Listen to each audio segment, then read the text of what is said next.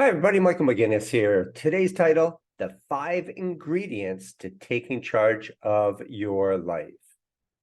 For all the years I spent with my own personal growth, self-discovery, and spiritual awakening, and all the techniques and methods I have used, books I have read, counselors I've worked with, and more, I can boil it down to 5 items that are the most important ingredients to taking charge of your life.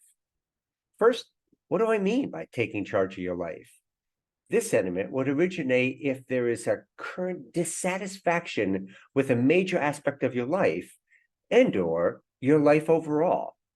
There are two responses to such a feeling: to do nothing and complain that life is not providing you with everything you need, for example, the victim response, or to make a conscious choice that you will make changes followed by action, the victor response. The goal is to orient your life to where you want it to be and who you want to be. Therefore, making a conscious choice to take charge is the first ingredient to our magic potion. First ingredient, choice. An image is shown, I often portray, comes from Viktor Frankl, that really has on the left-hand side, if you can view, stimulus, and then on the right-hand side is response. And in between is that fraction of a second called choice. He says, between stimulus and response, there is a space. It's that space that's our power to choose a response. In our response lies our growth and our freedom, again from Viktor Frankl. We make choices. What is a choice? It is, as Viktor Frankl, Holocaust survivor and author of Man's Search for Meaning, suggests, it is that fraction of a moment when we consider our choice to how we will respond to whatever stimulus is happening within or around us. At any given moment, no matter what is going on around us, we have the power to make a choice regarding how we are going to respond to a situation or circumstance. What a powerful realization. This includes the choice we can make to change our life. To acknowledge this is to understand our free will. To ignore this is to make a choice to be a victim. There is no such thing as I don't have any choice. There's always a choice, even if the choice is to do nothing. As Viktor Frankl states again in his book, man does not simply exist, but always decides what his existence will be, what he will become the next moment.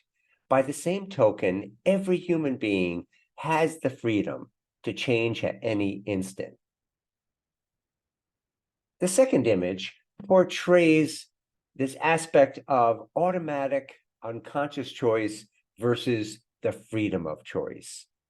Right on top of it is when we just make an automatic reactive response that's very much oriented towards the victim, right? Particularly if something is happening to you, where it's blame, excuses, denial. The toughest part is to make that choice, to take ownership, accountability, and responsibility, in this case, to be the victor. The challenge is that most of us are conditioned to respond in a certain way based on our past beliefs, circumstances we experienced, etc. It is an automatic and an unconscious response. We simply respond without any thought or awareness to why we are responding as we are. An example of this is when people push our buttons. For example, when we grew up, we were teased about some aspects maybe of our looks. Now, years later, as soon as someone makes what sounds to be a reference to our looks, we immediately respond and become frustrated, walk away, or condemn them, becoming angry and responding maybe with anger. It has become part of who we are, to the point that we are even unconscious of these patterns. What can support maintaining these negative patterns is our belief that we are a victim, or in the case, a belief that we form that I am not beautiful or I am ugly. We blame ourselves for making fun of us and react accordingly. It was in my own case. I grew up in a highly dysfunctional household. Name the abuse and trauma, and I most likely experienced. I left home with a zillion unhappy beliefs about myself and life around me, although I was not aware of this then. I struggled in many aspects of my life. Once I made the connection between the negative consequences I was experiencing in my past, it was easy to blame my parents, right? Hey, they did it. They caused this problem. This is the problem. There was a nice immediate way to react. I did not have to take any responsibility for this because it was their fault. It was easy to blame others because otherwise we have to take responsibility for our actions. We see this all around us today. We are taught to blame others and find comfort with other victims who share in the same blame game. As I approached my late 20s, the pain and suffering became too much. With the help of some amazing people around me who saw this and confronted me about their observations, I started to make a conscious choice to turn my life around. I jumped into a new boat called choice and change, where my adventure would now begin. This is not to judge those who are taking a victim stance, since I consider myself a victim too.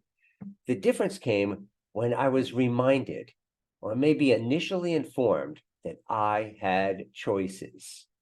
Mike, you have a choice. Wow. Initially, I hated hearing that because that meant now I had to take responsibility. This relates to the amazing role that those who do take charge of their life can then play with others by reminding them that they too have choices, and then they use their own story as a source of inspiration of guidance. So much of what I do today.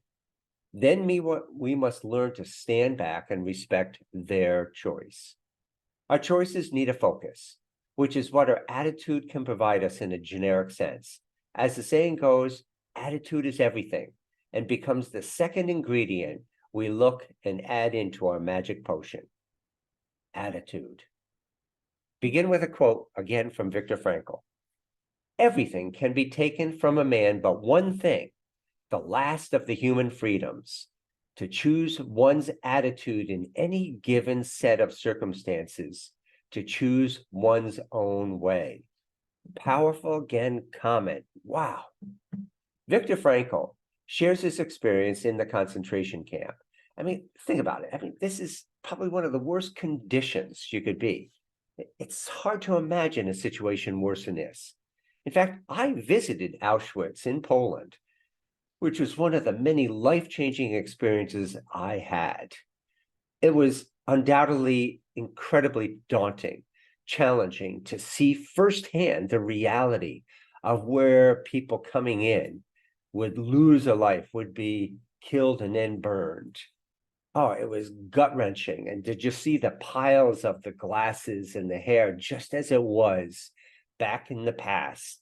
To see it today brought me to my knees, and I can never forget just how long of a cry I had. How possibly could Viktor Frankl suggest that he had a choice in this kind of a circumstance? But yet he did. And it was with the one thing that no one, as he said in his quote, can take away from him, his attitude. Your attitude is also a choice, which is the first ingredient we just talked about. So you can begin to see the interrelationship between these 5 factors. My favorite statement on attitude is Charles Swindoll and shared in his quote. It's called Attitude. The longer I live, the more I realize the impact of attitude on life. Attitude to me is more important than facts. It is more important than the past, than education, than money, than circumstances, than failures, than successes, than what other people think, say, or do. It is more important than appearance, giftedness, or skill. It will make or break a company, a church, a home.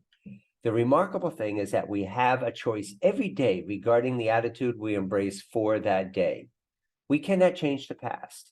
We cannot change the fact that people will act in a certain way. We cannot change the inevitable. The only thing we can do is play the one string we have, and that is our attitude. I'm convinced that life is 10% what happens to me and 90% how I react to it. And so it is with you. We are in charge of our attitudes. Powerful statement. Once I began counseling in my late 20s, I discovered the connection between my past and my current issues. But this only supported a victim mindset at first. I could have stopped counseling at that point and lived forever acting as a victim, blaming my parents for everything that happened bad in my life. It was group therapy that our counselor helped me to see this victim perspective. I'd made a comment about my problem in life and blamed it on my parents. He responded, stating that it was easy to blame others for our issues and challenges, which can be understood at first. However, he asked me if I wanted to remain a victim, which would mean that I would continue to experience negative consequences. Or, he said, do I want to accept that as an adult, now that I can choose to take charge of my life, to be a victor? It was a choice. There again was that powerful word. From that time forward, every time I complained and referenced my parents, he asked me the same question. It took a while, but eventually I realized that I wanted to take charge of my life. A new attitude was formed that I am taking charge of my life. Attitude helped me to put a rudder on my new boat called choice. I had a direction now. If we do not believe in ourselves, then our attitude can be tainted. Therefore, understanding the power of our beliefs and aligning them with where we want to do and be in our life is critical. Beliefs, then, are the next ingredient in our magic potion. Begins with a quote. Most of the research on the influence of attitudes on beliefs has demonstrated that attitudes have a congruent effect on the retrieval, formation, and change of beliefs, and that variables that increase salience in one's attitude through thought, elaborative processing, or personal importance on the attitude object will strengthen this congruence. In effect, it says is attitudes are what drives our beliefs. If we want to change our beliefs, we begin by changing our attitudes. Our behaviors, how we act, are strongly influenced by our attitudes and beliefs. Once this connection is made, the next step is to identify your current unhealthy or limiting beliefs and to learn how they transform into the kinds of beliefs and behaviors you demonstrate. For example, one of the core unhealthy beliefs I had that initially I wasn't aware of, but later realized, was that I would not amount to anything. I literally heard this almost every day while growing up. My father would turn around and say this to me and beat up to me, just never amount to anything, right? And that's our formative years when so many of our life beliefs are formed. The good news is that we can change our beliefs. Remember that. So is it any surprise that I developed a core belief that I'm not good enough as one of my core beliefs throughout my early adult life? This belief played havoc in my personal relationships. As relationships ended, this would only support the limiting belief that I had formed that I'm not good enough. Quote, limiting and core beliefs are assumptions that are held deep in our subconscious about ourselves, the world, and other people that automatically affect our behavior in positive or negative ways. We create limiting beliefs all the time, but core beliefs are formed before the age of 7. Core beliefs are the root of the tree, and limiting beliefs are the branches of the tree. You create this belief that's not serving you, and you can see everything through that lens. So anytime something happens, you make it mean something that's consistent with that belief. It takes a lot of detective work to discover a deeper limiting belief. It's like peeling away the layers of an onion. Came from Psychology Today. Does this mean that I was eternally damned? Only if I choose to retain that belief. The great news is, remember, you can change your beliefs. You can change your attitude. Once again, it goes back to understanding we have choices and can exercise them. The goal is to identify your unhealthy beliefs that are contributing to the negative consequences in our life, and then turn around and do the work to change these into healthy beliefs. How can you do this? Primarily through the power of affirmations and the use of a journal. The following quote suggests this method. Quote, start with a level of belief that you can accept. For example, you can't just jump from I'm not confident to I'm very confident. It must be gradual. Begin with, I'm becoming more confident every day. Then start recording accomplishments in your journal. Then, when the limiting belief arises again, you can point out to yourself that it is no longer true, that the new belief is what I want it to be is actually true. Then in this case, I am very confident. Again, from Psychology Today. With new beliefs and a steady diet of affirmations to develop my new beliefs and a journal to document my progress, I put a sail on my boat, which allowed me to gain momentum. Plans without actions are fruitless. In order to take action, we must first take full responsibility to our life and choices. We now add the ingredient, taking responsibility, to our magic potion. Taking responsibility.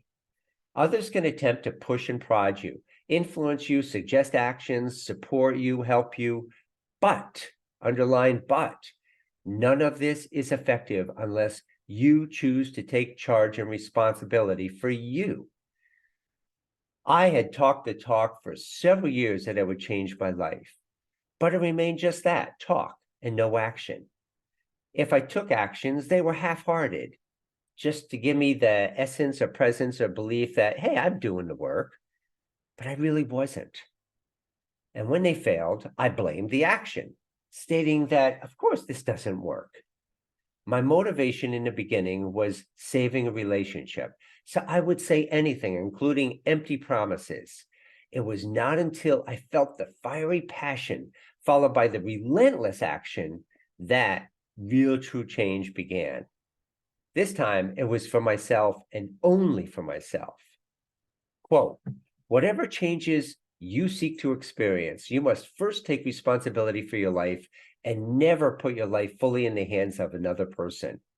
When we do this, we give other people the power and permission to steer our lives in whatever direction, usually at the expense of our own progression, but choosing the direction that they want us to be, not what we want to be. To start taking responsibility for life, you should implement the following habits. And here's a list of some of the habits they listed. And this was in declutterthemind.com. Take responsibility to prioritize yourself. Stop playing the blame game. Make time for self-reflection. Take accountability.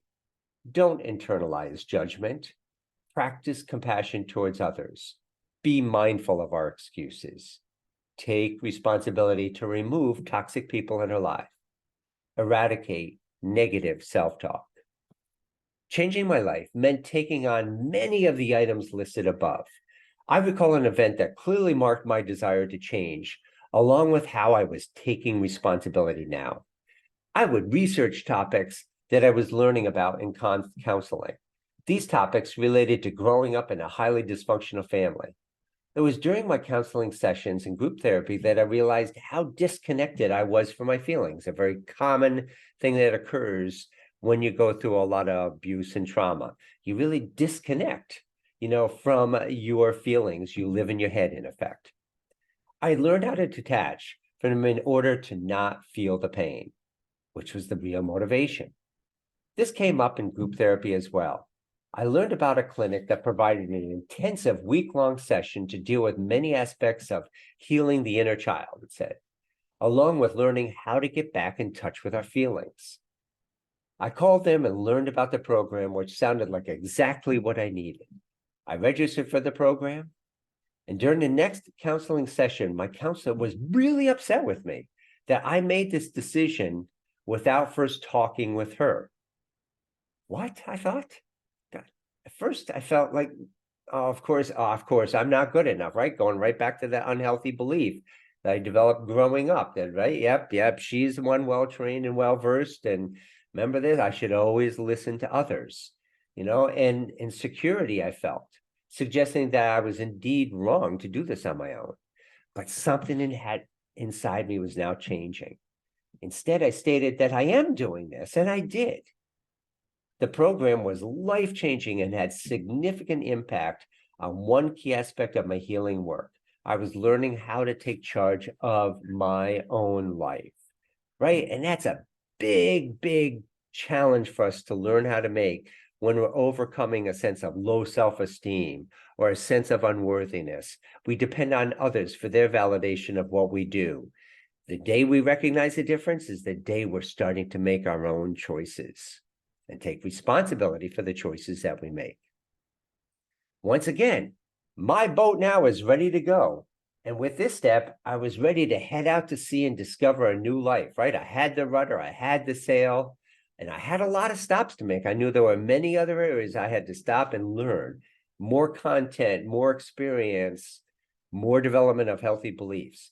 But I was prepared and ready to do the work and realized that without this choice, the boat would just wander aimlessly, as would my life.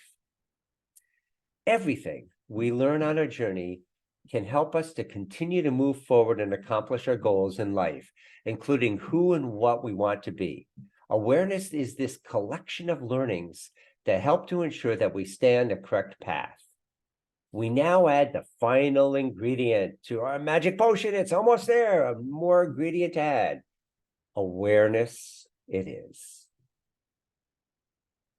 If I was to only select one item as the most important ingredient to taking charge of your life, it would be awareness. However, I realized that without the prior four ingredients, awareness by itself would not have made a big impact or difference. But with the other four ingredients, awareness became my primary focus throughout my life, continuing today, and as it will be tomorrow, to stay mindful, to stay conscious, to be self-aware. Prerequisites include an open mind and being open to new ideas. A couple of quotes. Eckhart Tolle, awareness is the greatest agent for change. Why? Because the concept expressed carries the most value for the greatest number of people. How so? Most people try to solve their inner problems by attempting to directly change their behaviors. For example, a parent feels badly when they lose their temper when their children act up. And they say to themselves, I have to stop blowing up at Brian, or whoever the child's name is, when he smacks his kid's sister.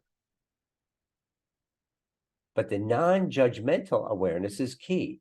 The better, more effective way to deal with this is for the parent to make a point of just being aware that when they do this, it creates a negative consequence, and they themselves experience their own pain and suffering, grief, upsetness, guilt, and crucially, to be as non-judgmental as possible when doing so. So the next time mom or dad became furious with Brian, right afterward, or even better, during the incident themselves, they merely step back and say to themselves, okay, I know it. I just lost my temper with Brian again. All right, let me step back and maybe take some steps. And we'll talk about those steps. Again, this came from medium.com. Referring back to the initial image on the topic of choice that I talked about, right? Stimulus, response, and in the middle is that choice, or in effect, awareness. That choice is that tiny little moment in between the stimulus and our response, where we make our choice, which can significantly be influenced with our awareness, right? So when we're making our choices, we now add this added vantage point of being self-aware, mindful. So we see ourselves now doing something. That's awareness. Using this example, awareness is that tiny little voice that would remind us with something like, I know I'm about to lose my temper and I don't want to do this. The choice would then to be considering options such as taking a couple deep breaths or regaining composure or stepping away from the incident if possible.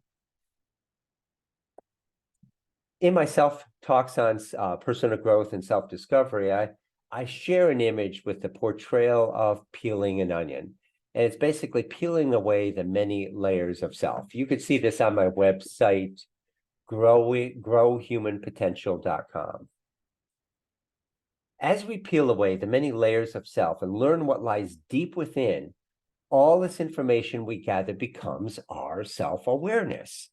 As we peel, we learn. Our learnings become our awareness.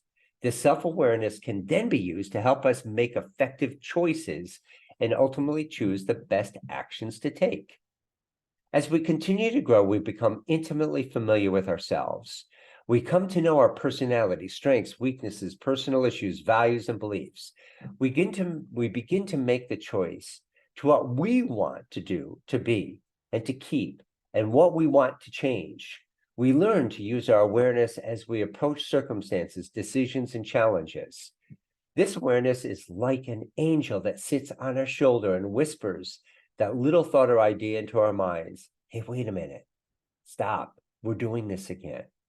Right? But instead, sort of the reaction is caving in, to use that analogy of the angel on one shoulder and the devil on the other. As devil says, hey, jump in, go. You're angry, respond. Right? And that's the matter of who do we listen to? Self-awareness is what we want to listen to. We always have free will to make our choice. As I've grown in my awareness, no doubt are times when I respond in a way that I did in my past, even though I know better. These become incredibly challenging times, since my self-awareness reminds me that I did know better, but instead allowed my ego or an old limiting belief to, in effect, have the power to make the choice for me, that automatic response. But it is in this struggle that my awareness continues to play a part. Awareness is the mirror that I put on my boat so that I can continue to reflect on my life and decisions compared to where I want it to be, along with suggesting the adjustments I needed along the way. You can take charge of your life, and it is up to you. The choice may be the hardest choice to make in your life, but the most rewarding. After all, this is your life. It has a beginning and an end, as we know life here is on earth. So why not make the most of it? Here is to taking charge of your life. After all, our life is this life, the one we know we have. We've heard conjecture of past lives, future lives, but what we do know is we have this one. So make the most of it. This is our ultimate journey. What will you make of your life? Hey, thanks for listening in. May we meet somewhere on our journey and smile as we pass. Thank you for listening.